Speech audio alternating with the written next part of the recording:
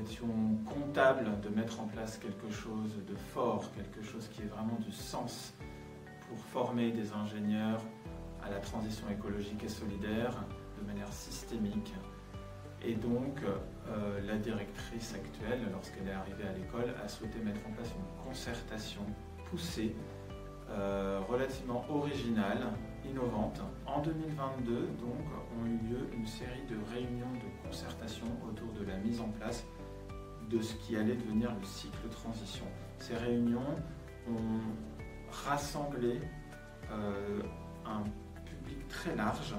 qui allait des étudiants ingénieurs aux doctorants, des chercheurs et des personnels administratifs aux partenaires publics, privés, associatifs, un ensemble de personnes qui se sont réunies à diverses reprises pour essayer d'ouvrir l'esprit de nos étudiants ingénieurs pour qu'ils comprennent que tout ça se situe dans un contexte. La transition écologique et solidaire, c'est quelque chose qui infuse l'ensemble des enjeux sociaux actuels, l'économie, le politique, l'artistique.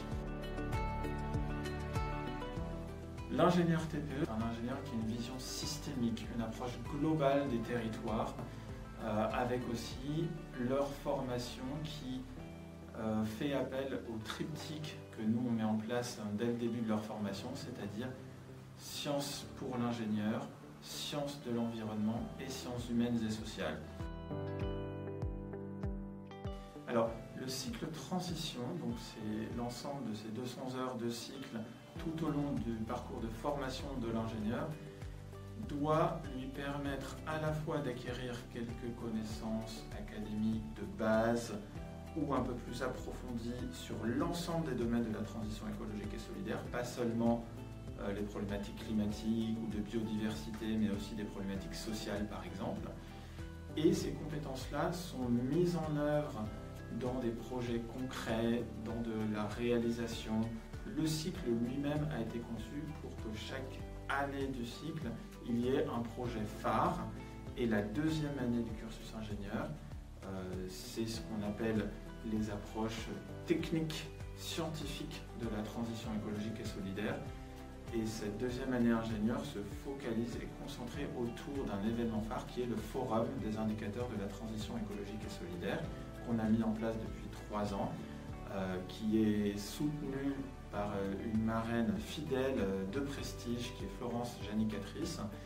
Et ce forum-là permet de cristalliser un petit peu ces connaissances acquises pendant, disons, un peu plus d'1 an auparavant, et ensuite les invite à mettre en application et mettre en contexte ces réflexions sur les indicateurs, comment est-ce que ça se traduit concrètement, comment est-ce que ça peut avoir des implications sur la vie des entreprises, des associations, des partenaires publics. Donc on a vraiment ici un forum qui mobilise beaucoup d'acteurs, qui les met en relation avec les étudiants et aussi depuis cette année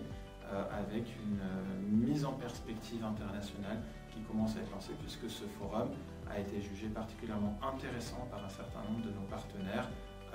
à l'international.